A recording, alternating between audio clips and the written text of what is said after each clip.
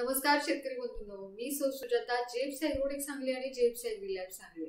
आज आपण चर्चा करणार आहोत ती म्हणजे की कलिंगड आणि खरबूज पिकामध्ये आपल्या फळांची साईज कशी वाढवायची. बेसल डोस देऊन झालेत, आपलं पीक जे आहे ते चांगल्या पद्धतीने वाढलेलं आहे, ते फ्लावरिंग स्टेजमध्ये आलेलं आहे. पण फ्लावरिंग स्टेजमध्ये आल्यानंतर तिथं मोठ्या प्रमाणात आपल्याला फुलगळ बघायला मिळते, प्रॉपर सेटिंग होत नाही. अशा कितीतरी समस्यांना आपल्या शेतकरी बांधवांना तिथं सामोरं जावं लागतंय.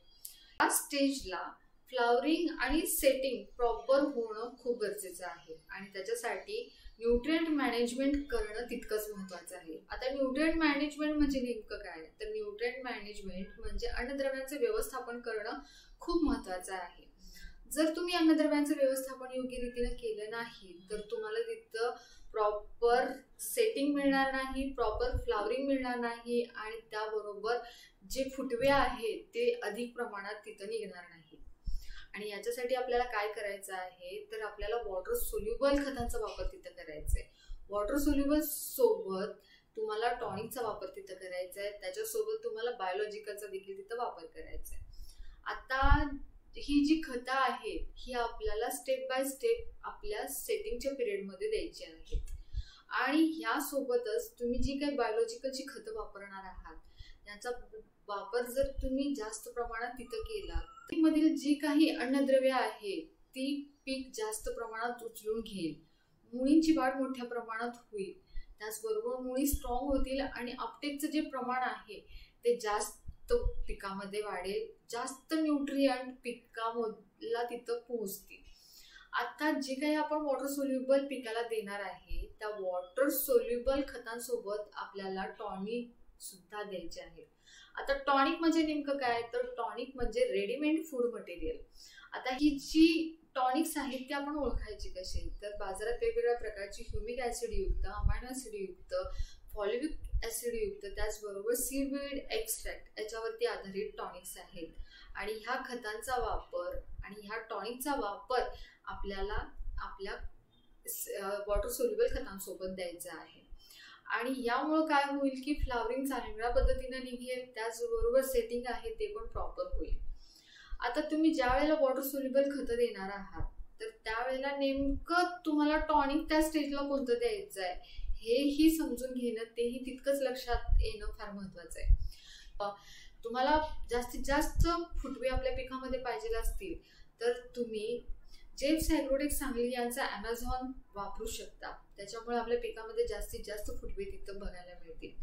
त्याचबरोबर जेप्स ॲग्रोटेक सांगली यांचं कंपास तुम्ही वापरू शकता, जेणेकरून आपल्या पिकामध्ये जी काही फुलांची गळ होते ती कमी होऊन आपलं चांगल्या पद्धतीनं पीक फ्लावरिंग मध्ये असेल, त्याचबरोबर सेटिंग ही चांगल्या पद्धतीने तिथं आपल्याला बघायला मिळेल.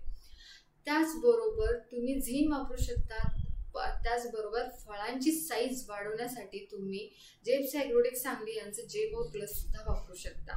आता ह्यांचं जे प्रमाण आहे हे किती ठेवायचंय, तर जे वॉटर सोल्युबल खतं आहे त्यांचं प्रमाण 3 ग्रॅम प्रति लिटर पाण्यामधून तुम्हाला ठेवायचं आहे. त्याचबरोबर जी काही अमायनो ऍसिड युक्त म्हणजेच अमेझॉन, झिंक, त्याचबरोबर कंपास, जेमो प्लस यांचं जे प्रमाण आहे हे 2 मिली प्रति लिटर पाण्यामधून तुम्हाला फवारणीमध्ये ठेवायचं आहे. आता हे जे रेडीमेड फूड मटेरियल आहे ज्या वेळेला आपण पिकाला देतो तर त्यावेळेला पिकामध्ये चांगल्या पद्धतीनं फ्लावरिंग आणि सेटिंग तिथं बघायला मिळतं. वॉटर सोल्युबल खतांमध्ये तुम्ही 13-40-13 देऊ शकता, त्याचबरोबर 12-32-16 देऊ शकता, त्याचबरोबर 12-61-00 तुम्ही देऊ शकता. यासोबत जर तुम्ही टॉनिकचा वापर केला तर याचे रिझल्ट आपल्या पिकावरती अतिशय छान आणि चांगल्या पद्धतीचे बघायला मिळतात. आणि हे जे कॉम्बिनेशन्स आहे हे जर तुमच्या लक्षात आलं तर जी काही फुलगळ आहे ही कमी करण्यास आपण तिथं यशस्वी होऊ आणि तिथं प्रॉपर फ्लावरिंग आणि सेटिंग आपल्या पिकाला तिथं मिळेल. या स्टेजमध्ये आपल्या पिकावरती जैविक आणि अजैविक असा ताण येतो. तो ताण कमी करण्यासाठी आपल्या पिकाला सिलिकॉन युक्त खतांचा डोस तिथे केला पाहिजे. सिलिकॉन हे असं आहे की आपल्या पिकावरती जो काही जैविक आणि अजैविक असा ताण आलेला आहे त्या ताणातून बाहेर काढण्याचं काम हे सिलिकॉन करत असतं आणि त्यासाठी आपल्याला सिलिकॉन युक्त खतं आपल्याला ड्रिप मधून त्याचबरोबर फवारणीमधून तिथं द्यायची आहेत. आता याच बरोबर ज्या वेळेला तुम्ही बायोलॉजिकल खत देताय, तर ही बायोलॉजिकल नेमकं पिकामध्ये काम कसं करतात, तर जमिनीमध्ये जी काही सुप्तावस्थेतली अन्नद्रव्य आहेत ते पिकाला पोहोचवण्याचं काम हे बायोलॉजिकल म्हणजे जीवाणू करत असतात. त्यामुळं पिकाची चांगली वाढ होते, चांगले फुटवे मिळतात, त्याचबरोबर जी अन्नद्रव्य आहे ती मोठ्या प्रमाणात उचलली जातात, पिकाची वाढ चांगल्या पद्धतीनं होते. यामुळं आपला अतिरिक्त जो काही खतांचा खर्च होणार आहे तिथं खतांच्या खर्चामध्ये तिथं बचत होते आणि उत्पादनात वाढ होते, त्याचबरोबर उत्पन्नही आपले वाढते. त्यामुळं हे जे कॉम्बिनेशन्स आहे हे तुम्ही योग्य रीतीने तिथं देणं गरजेचं आहे. न्यूट्रिएंट मॅनेजमेंट म्हणजेच खतांचं व्यवस्थापन फ्लॉवरिंग आणि सेटिंग स्टेजमध्ये करणं तितकंच महत्त्वाचं आहे.